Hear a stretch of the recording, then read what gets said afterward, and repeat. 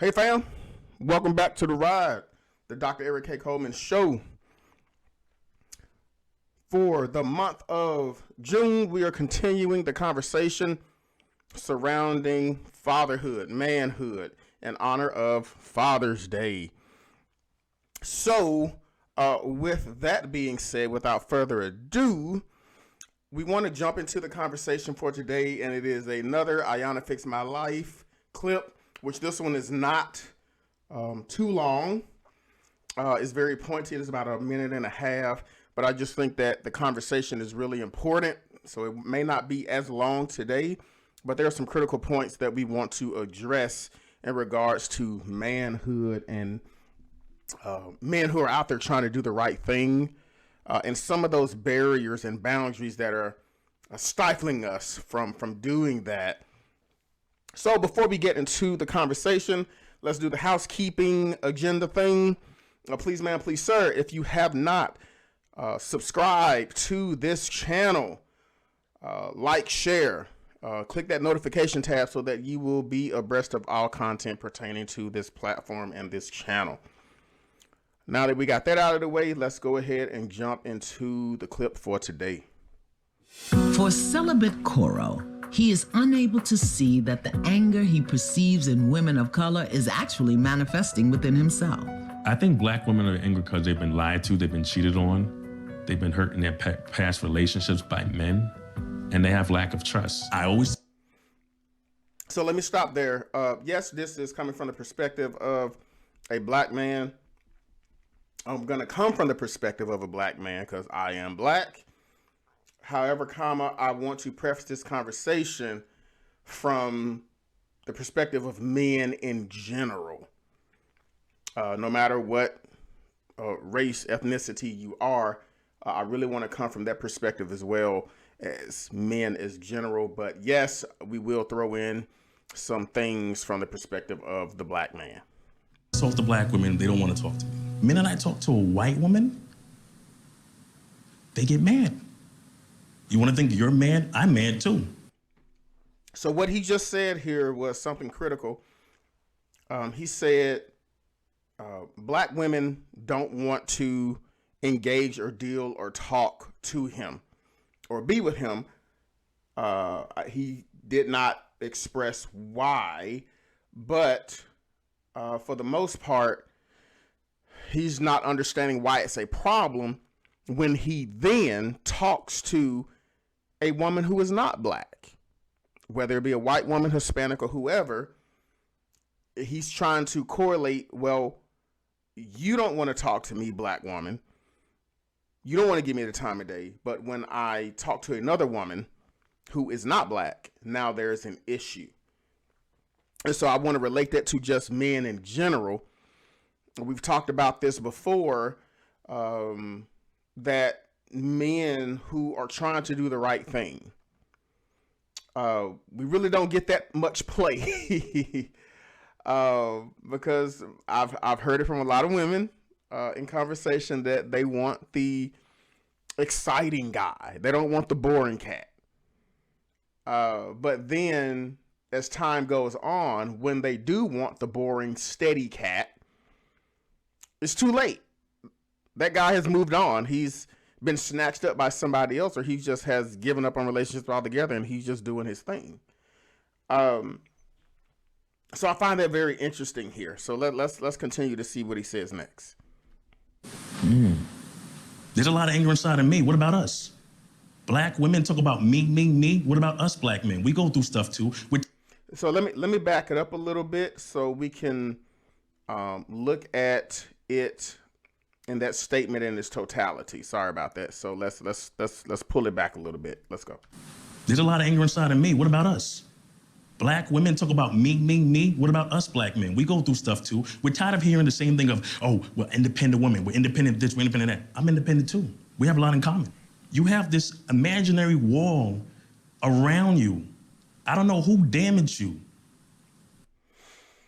Yeah. We've discussed this as well. The idea that being with someone, specifically men being with women, when the woman technically or says that I don't need you, I don't need a man. And so from a man's perspective, if we are not needed, why are we even here? So to enter into a relationship, let's just think logically here. If you go to, if you hire a repairman because something's broken in your home, and they get to your house to fix the appliance or whatever it is, and you say, well, I really don't need you. I just hired you just because. You know, so the first thing that the repairman is going to be like is, well, why am I here then? If you don't need me, why am I here serving? Why am I in your presence? Why are we even having this conversation? And just from a logical perspective, from a man, that's our scope of a frame of thinking, because women would say that they want a protector and a provider. But if you get with us and you say, I don't need you, I can protect and provide for myself. Number one, why am I here? And then number two, if I'm here, you're not allowing me to serve in the capacity that I am designed to serve in, because you are usurping that and you're trying to do it for yourself. But then in turn, you're mad that the man is not protecting and providing, but you are holding on to this and you're not allowing him to protect or provide. So it's confusing. So if you don't need us, why are we there? And that's the point that he's trying to drive home here. And me being a black man, I have to suffer for what somebody did to you? That has nothing to do with me. Wow, I cannot tell you how many times I have ran into this situation here, to where men are being punished or being held accountable for something that we didn't even do, from a woman's past relationship, from a hurt that a sibling or a family member or a father figure or a father, of the things that they did not do in the life of that woman. And now every man that comes into her life now has to pay for that. You're arbitrarily taking out your frustration and anger on this man, and anything that resembles something that they did, it triggers this emotion that, well, you remind me of what my father did. You remind me of what my fiance did. You remind me of what my ex-husband did, or my ex-boyfriend, or whoever it is. Your actions remind me of what they did, so I'm going to respond in the same way. And our framework of thinking is, well, where was that energy? Where was that boldness when the person who was doing it to you, you accepted it? But now that it's me, and I didn't even do it, but it probably gave the perception, or you created this reality that this is what I'm doing because it reminds you of something, or it gave you the essence of a hurt or heartbreak, or triggered an emotion or fear. And now I'm being held accountable to that when you still hadn't even fixed or addressed the hurt and emotion with the person who originally did it. So it doesn't make sense. We're paying for things that you have yet resolved with the person who actually did the offense towards you. I'm not the enemy. We're not the enemy. I get that a lot from black women, that we're the enemy, we're liars, cheaters, we're dogs. It's okay. Brother man is hurting right now because he's not lying. We hear this stuff all the time. Men are liars, men are cheats, men aren't truthful, men they're this, men they're that, men. So what incentive do we have to be with you if you've already made up in your mind that the 4 men that you've dealt with in your life, that all men are now this way? More specifically in this context, all black men are that way. Well, let's back up a little bit here. How about we put the onus on the woman, that these, quote unquote, when we're talking about dating, These are the men that you are attracted to. These are the men that you are picking. So we can't say all men are that way. It's the men that you are drawn to. It is the men that you pick. It is the men that you choose to engage with. There is a totally different caliber and breed of men out there who are not liars, who are not cheaters, who are not manipulators, who are not womanizers. But because this is the pattern that you keep choosing, you want to arbitrarily put this off on every single man, that all men are this way just because this is the man that you're choosing. Well, let me bring this down a little bit to make it more plain. You cannot say that all cheeseburgers taste the same, and the only cheeseburger you eat is from McDonald's. You've never tried Five Guys. You've never tried Burger King. You've never tried Dairy Queen. You've never tried any other restaurant. But you want to stereotype that all burgers taste like McDonald's. Or because I got sick from eating a McDonald's burger, I don't trust any other burger, no matter where it's from, anywhere else. I don't eat hamburgers anymore. And if I eat one, I know I'm going to get sick because hamburgers make you sick. That is not logical. So when we talk about this whole thing about men, that all men are the same, no, that is not true. That is not the case.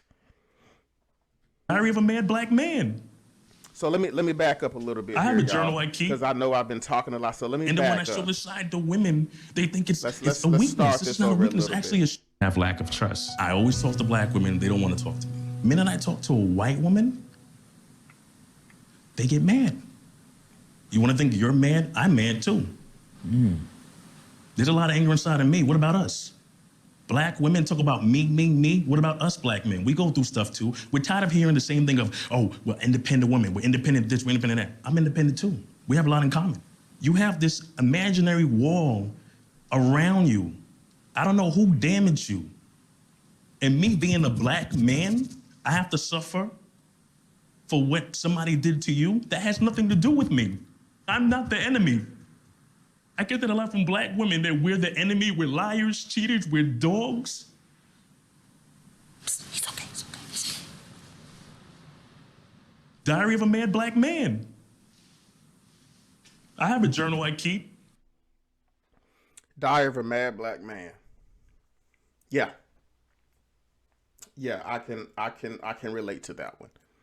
Or Diary of a Mad Man. Because you get to a point to where you're tired of being held accountable for all the wrong, to where it overshadows the good. And we have to fight so hard to prove that we are even worthy, when all the while the narrative that is created in society, that just because a woman is a woman, she is automatically worthy. And so that there's a disconnect there. Why is not a man, more specifically, why is not the black man worthy, but automatically the black woman, just because she's a woman, that she's automatically a queen, she's royalty, walk in your queenness. But black man has to prove his worth, has to prove his utility, has to prove that he can protect, that he can provide, prove that he can be a king. But a woman is automatically placed on a pedestal as a queen. That's a disconnect. And then when I show this side to women, they think it's a weakness. This is not a weakness, it's actually a strength. But then when I show this to you, to black women, you don't know how to receive it. Yeah. Because you're so used to being abused. It makes it hard for me to get to know this. That's powerful. And that goes into chapter 2 of my book. A safe space. That goes into chapter 2 of my book, A Safe Space and a Safe Place. Do we as men have that safe place and safe space to be able to be vulnerable with our women? Do we have that room? Can we share our emotions? Can we share our hurts? Can we share just all those things that women say that they want us to, want us to share? Is it feasible? Do we have that room to do it? And I will say, for the most part, a lot of times we don't. We do not have that space. And a lot of times it's disheartening, it's alarming. And then just what he was saying, when we do share that, how is it received? Is it received in a way that now we are looked upon as being weak? We're being soft. We're not being tough enough. We're not being hard. No, men have emotions. Men have feelings, just like women do. But we have to suppress it. We have to push it down, because it doesn't translate in society as being manly. So again, fam, like I said, today's conversation is not going to be long at all. I just wanted to address this, especially in the month of June, when we're talking about fathers, fatherhood, manhood. We as men, we have feelings too. We can't lead with our feelings and emotions, because that's not a good space to dwell in. That's not a good space to rest in all the time. Because if we lean on our feelings and emotions, it gets us in more trouble, because we need to be clear-headed. We need to be decisive when we're talking about being head of the household, being the leader. We need to think clearly, level-headed, and logical. But as my wife pointed out to me the other day, yes, if we bottle this stuff up, it's not good for us. It is so not good for us, because that's where depression can set in. That's where anger, resentment, frustration, because we're not able to get this out. We don't have that safe place and that safe space to be able to convey to our women what we're feeling at this moment. And just like women, you need that safe space to just break down and be vulnerable. We need that space too. So, as we come to a close, family, represent the men in your lives, ladies. Encourage them, love them, give them that safe place and space to be vulnerable. If that's what you truly desire of your man, to be vulnerable, give him that space. Don't make his emotions, don't make how he's feeling all about you. If he's conveying it to you, it's for a reason. And if you shut him down, if you don't listen, it'll be a very long time before he opens up to you again. That's how men are. So as we continue to do this work on ourselves, as we take this retrospective look to see how we show up in relationships, thus how we engage in society, it will help us to be better in our families, in our community, in our nation, in our world, so that we can impact for the better to make change. So until next time, family, continue to think differently about relationships. Peace.